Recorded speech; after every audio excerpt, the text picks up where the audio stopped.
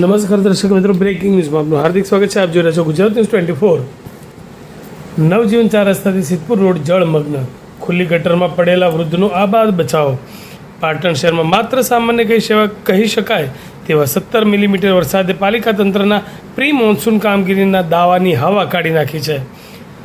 વરસાદ પડતા શહેરના મુખ્ય માર્ગો પર પાણી ભરાઈ જતા વાહન ચાલકો અને સ્થાનિકો મુશ્કેલીમાં મુકાયા છે. એટલું જ નહીં, પાલિકાની ખુલ્લી ગટરો હવે નાગરિકો માટે જીવનું જોખમ બની રહી છે.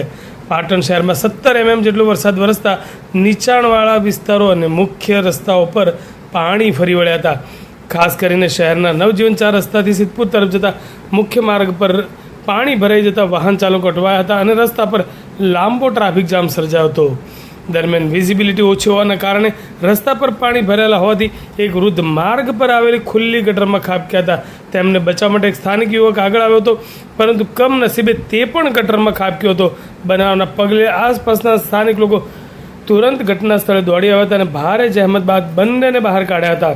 આ ઘટના બાદ સ્થાનિકોમાં પાલિકા તંત્રને સામે ભારે રોષ જોવા મળી રહ્યો છે. લોકોનો આક્ષેપ છે કે પાલિકાની આ ખુલ્લી ગટરોમાં સામાન્ય નાગરિકો માટે મરણ પથારી બની ગઈ છે.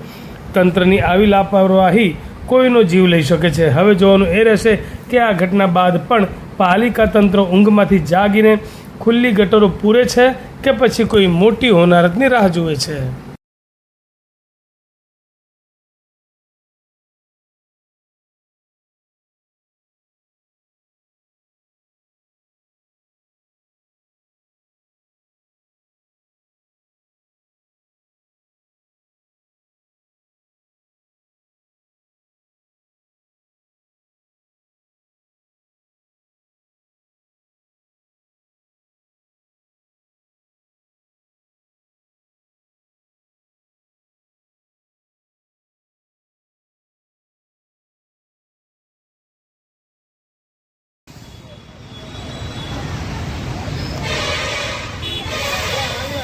લઈ લેજો.